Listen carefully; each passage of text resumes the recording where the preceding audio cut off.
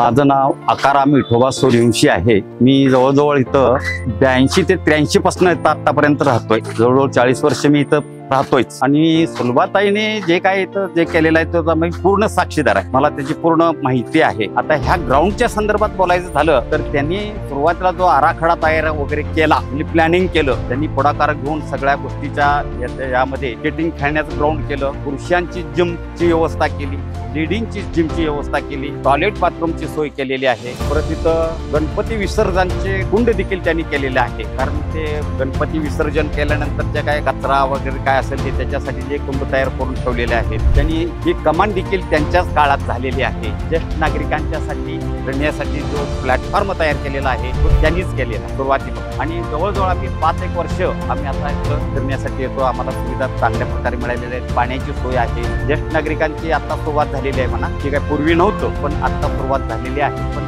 पूर्वीपासून त्यांनी बऱ्याचशा गोष्टी इथं केलेल्या आहेत। लहान मुलांच्या खेळण्यासाठी खेळणी वगैरे ही त्यांच्याच कारकिर्दीमध्ये झालेली आहे। झाडे बिडे तर व्यवस्थित लावलेली आहेत, झाडाचं प्लॅनिंग वगैरे केलेले आहे। ग्राउंड पण चांगल्या प्रकारे लहान मुलांना संध्याकाळच्या वेळेला खेळण्यासाठी सुविधा चांगल्या प्रकारे आहे। फिरल्यानंतर आम्हालाही फ्रेश वाटतं, ऑक्सिजन चांगला मिळतो, झाडं बिडं